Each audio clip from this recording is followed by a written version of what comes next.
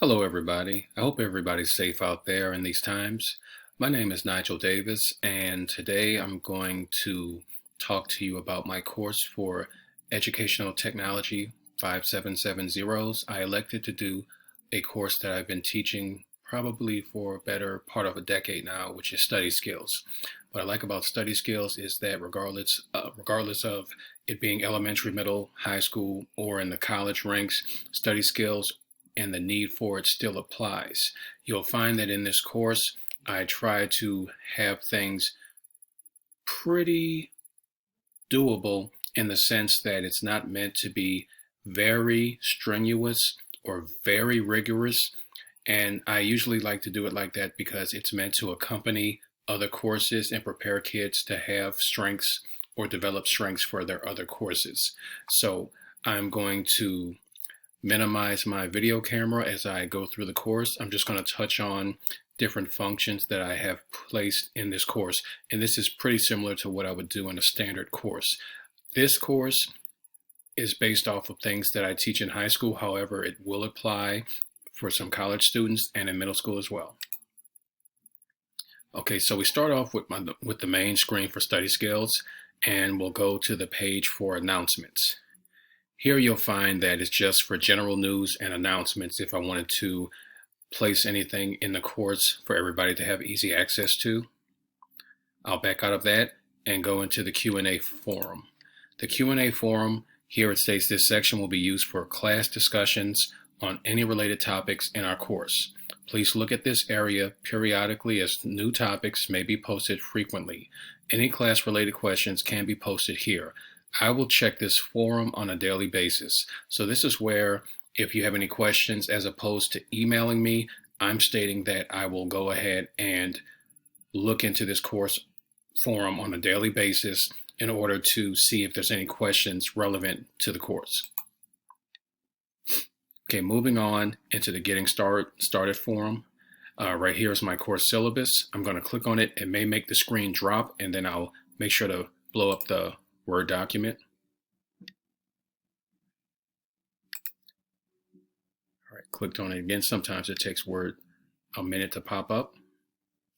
All right, as you can see, here is my Word document. I'll just try to move it over just big enough so you can see. It's just some general information on myself, my email in order to contact me, my phone number for my office, and my office hours on a regular day. Of course, I would say that if you have any questions, please email me or send me a message, and I'll get back to you at my earliest convenience, regardless of time. You'll see a course description of study skills, followed by the course goals and objectives, overall outcomes that I hope students will achieve in the course, the required textbook, which there is no required textbook.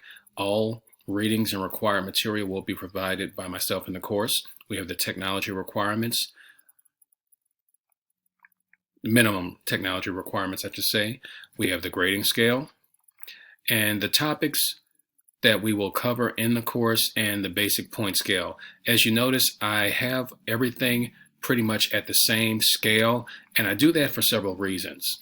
Certain students sometimes get test anxiety, or a lot of students that I have for study skills are what you would label having exceptionalities or a IEP.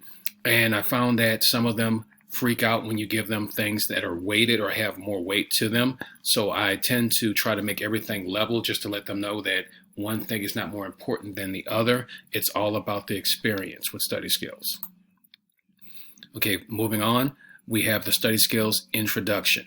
So I ask that my students watch here. It's just a brief video about me defining what is study skills. Hello, my name is Nigel Davis, and first I wanted to welcome you to the Study Skills course.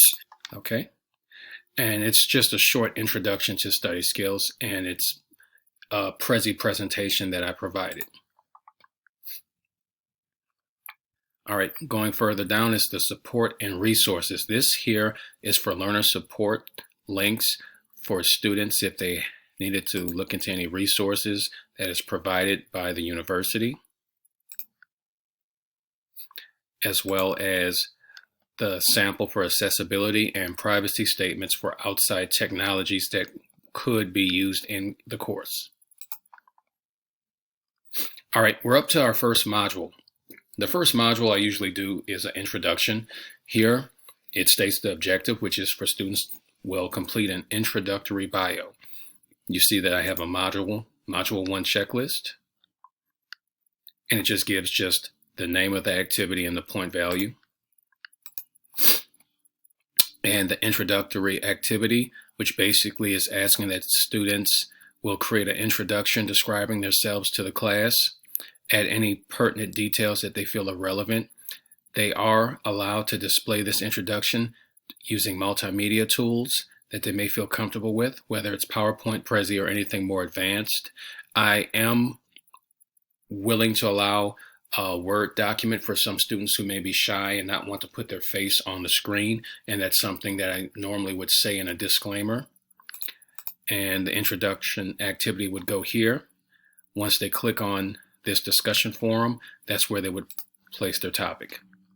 All right, next we're going to the module 2, which is the study skills pretest. This is something I try to give to all of my students, which basically just they take the study skills pretest just to get a gauge on where they are with their study skills at the time. Again, the module 2 checklist is here. The assignments is the actual study skills pretest, which you can see right here is the self-assessment. They would go in and place checks corresponding to what relates to them. And I would ask them to go ahead and tally up the total at the end. And once they save that document, I ask them to put it in the pretest submission folder. All right, moving on to module 3, a learning styles inventory. I like to have the learning style interest inventory in order to let students know what type of learner they are. Once again, I have the module 3 checklist to tell them what they will be doing and the points that they'll receive. And for resources, I have some videos. One is from TED Talks dealing with learning styles and the importance of critical thinking. As you can see, it does play. Why simple rehearsal. And I did add the closed captioning for those who want to read also. I mean, take a minute. And I also have what kind of learner are you? Hello everyone, welcome to Clip. It's a little bit more fast and to the point. Closed captioning would be provided if they choose to click on it also. All right, for the assignment, they are to click on the link and take the Learning Styles quiz. Once they have completed the quiz, they are to be able to take a screenshot of their results and submit them to me in the tab below. Moving on to module 4, which is the motivation topic. Motivation is something that a lot of students need to discuss as far as what pushes them to be successful, whether it's internal elements or external. So the objectives is for the students to explore the ideas and theories behind motivation and to create their own personal motivation profile.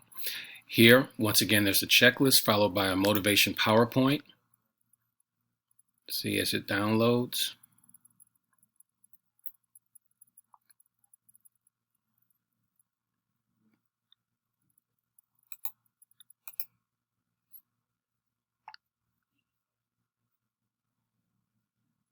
Again, I'm just clicking on this just so people can see that it works. All right, and this is just a PowerPoint on motivation.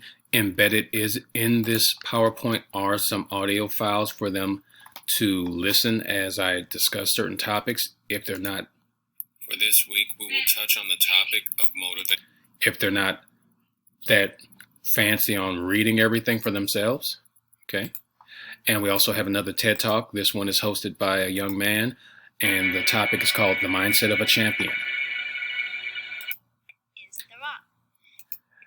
And again, this is just to give them examples of things people who are highly motivated recommend.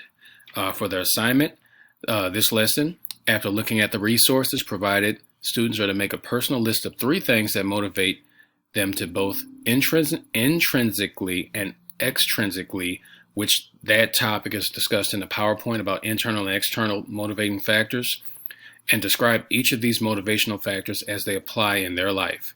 After they answer the following questions, so they're prompted to answer these questions and reply to at least one of their group members by certain due date and time.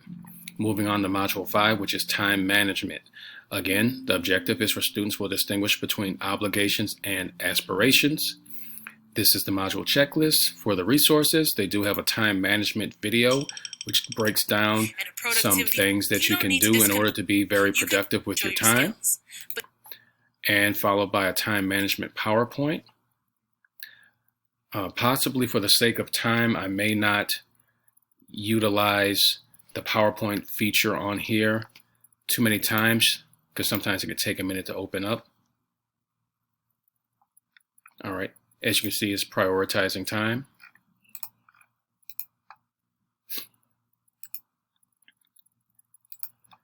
Okay, for the assignment, they're going to do a time management activity where they fill out this spreadsheet with all pre-typed fields that will apply to them. Once they've completed the assignment, they are to save it and submit it in the time management folder. And I can open this up briefly.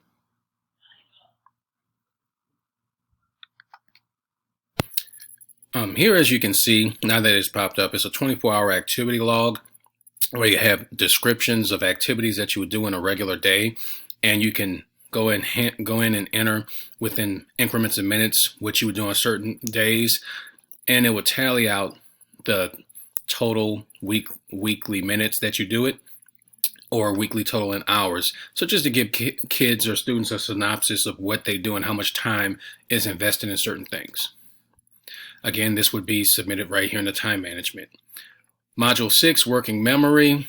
Objectives for students will learn about tips on working memory.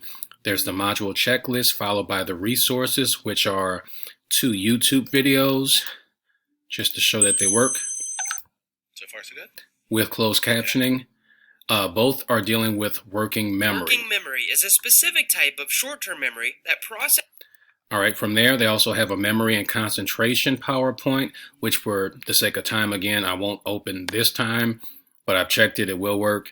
If there's ever an issue with anything opening up in my course, students would just email and I would rectify that. And also they have a article on the 5 ways kids use working memory to learn. I'll click on that. All right, and it's just the article that they go to just for resources.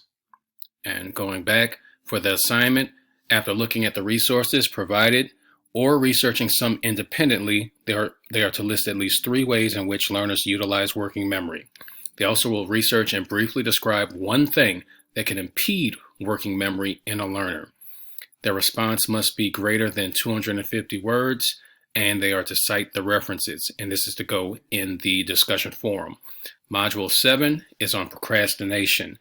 Here, the objective is for students will look at ways in which procrastination affects aspects of their lives, followed by the module checklist, which would give the point total, which was also in the syllabus. For a resource, they have a TED Talk YouTube video on the mind of a master procrastinator. And so I did the...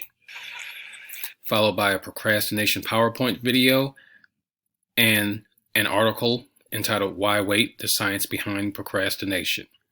For the assignment, they're going to do a procrastination questionnaire. They're to take the questionnaire. Once they're finished, they're asked to enter the email address and their name in order to receive the results. From there, they are to take a screenshot and send the results to me in the procrastination forum. Module 8, executive functioning. Students will learn about the different phases of executive functioning and how it impacts learners. They have the checklist followed by a TED Talk YouTube video dealing with executive functioning and how your brain utilizes it. For the assignment, they are to do 2 things. Review the link. They're going to pick 2 or 3 executive functioning games that they would like to incorporate into their class in order to execute and practice executive functioning. They're to look up and present another tool game skill set, and they're going to use it to help enhance learners' executive functioning skills. This is the website for the executive functioning games. Module 9 is the opposite, executive dysfunction. The objective is listed here, followed by resources. The assignment is to take an executive function survey. Module 10 is the post-test, which is the pre-test offered again, where once they take it, they submit. And that's all for my class. Thank you for joining in.